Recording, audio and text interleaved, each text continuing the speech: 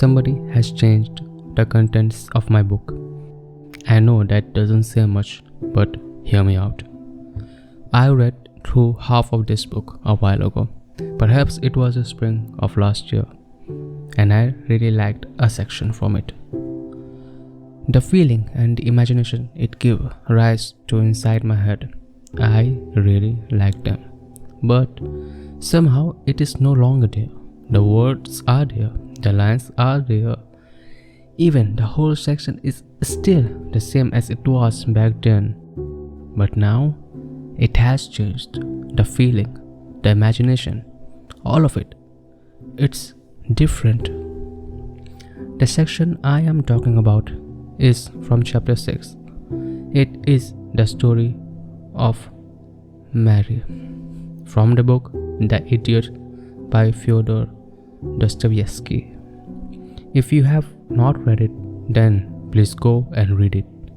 You are free to read only that portion, as it would still work as a standalone. But I urge you, please go and read and feel it. What you will feel from it will be more important than what I did. Anyway, here is how it all started. I read through half of the book almost a year ago, and back then the segment of Mary really touched me. The story of a woman betrayed, bullied, branded as the cause of her mother's death, and ultimately dying herself in a fragile state. During my first read, the whole segment was basked in warm light.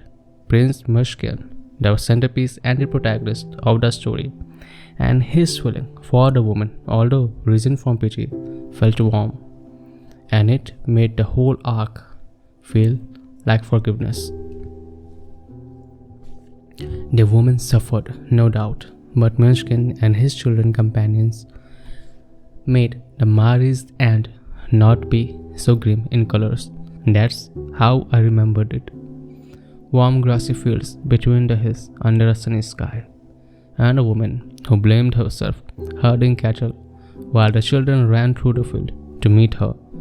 The sky was deep blue, and the way Mishkin kissed her forehead, and the way she used all her strength to hold and kiss his hand. The vivid image of her crying when she was given new sets of clothes and footwear. The image of the scene where Munchkin was bullied by children, thrown rocks at. All of it felt beautiful, as if the sorrow would go away and it would be fine. A soft piano played in the back of my head as I read through. And when I thought to make a video on how beautiful that specific chapter was, I first had to reread it, as I couldn't just use what I felt back then as a base. I chose to sit and read it. No music, no distraction, just me and the remnants of a dead tree in my hand that I used to hallucinate, just so I could feel the same warmth. And that's when I found the warmth was gone. Perhaps it too had moved away with time. Perhaps I too have changed. The sky no longer showed the color but dark clouds. The wind was strong and the colors were muted.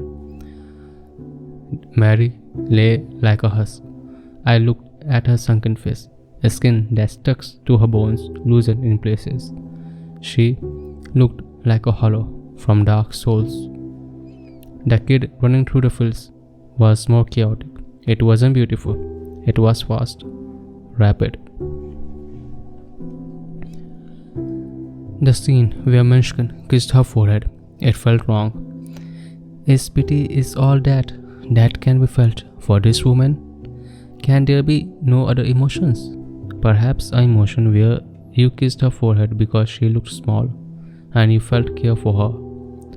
The scene of her lying on the floor, hiding her face with her hair, looking down, sobbing, near her mother's feet as the people around her passed taunts and degraded her for trusting and having her trust broken. The scene of her walking hopelessly in the field and sitting knowing the shepherd would scold her away, but she had to feel as if she was needed somewhere. The scene where she forced every ounce of strength from her body to lean up, to hold Munchkin's hand and kiss it, to show perhaps gratitude. The scene where now she was bedridden and few village women had to take care of her, even though perhaps they were the same one who degraded her not a while ago. I could see her face, the sunken cheeks and the dark eyes, messy thin hair, and a chest struggling to hold breath in. I was a burden when I came back home, and now I am a burden again to these people. They are looking after a sinner. Those were perhaps her thoughts, on the bed, at least that's what I think. Even the scene of children speaking to her from the window, I no longer saw the light shining inside. I only saw shade, cloud, and perhaps a feeling that things won't stay the same anymore. The funeral no longer felt as if she was given relief from the suffering. Like, how could she be given relief? She died weak, fragile. She didn't get better. She suffered and died, like a wounded animal who could no longer search for food, discarded by her hurt. And she wandered, ate what scraps she got, and then died. But I'm sure the casket must have been lighter. The weight of the world was in her soul, and that had left. Just how long can a person live when they have already convinced themselves that they have committed a great sin, and the suffering is deserved, the hate is deserved, and hoping and wishing good from someone is a burden? I am a burden for the ground and for the eyes that sees me. And that was it. I closed the book and sat for a bit, and I thought, just what exactly had happened?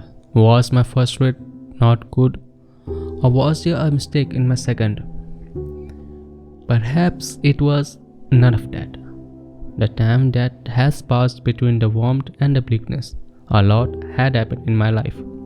Some I can remember, some I can't. Some was good, while some made me lay like a husk behind a rock on a cloudy day. Perhaps the story has not changed. I have.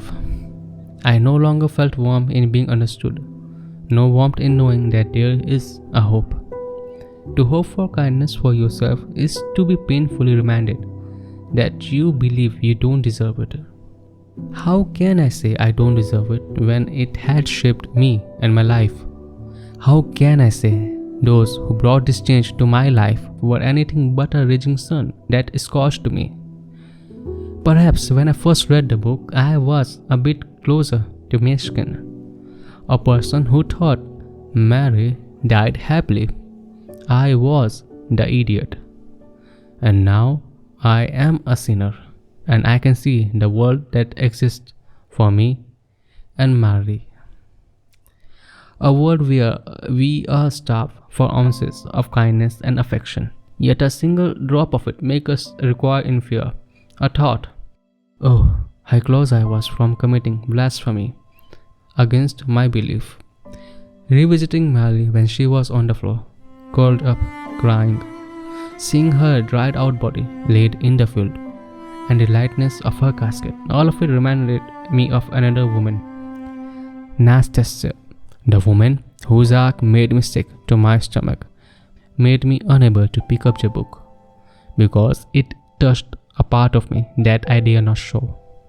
And yet, I wonder, will I have a kinder reaction to her? Or will I still crumble like the man I once was? Perhaps I should revisit her. Maybe not now, but sometimes. If I do, I will make sure to make a video on that as well. But I no longer want to ponder on this topic. It is clear now that I have changed. The thing I had read in the past, in my naive times, would have more to tell me now than they did back then. I wonder if I revisit old books, art, and music, how much of it would have changed. I can't tell how much I have truly changed. Am I kinder or am I more rude? Perhaps a reader who once read me and then left me on the shelf can tell. Maybe I should revisit people that have gone away.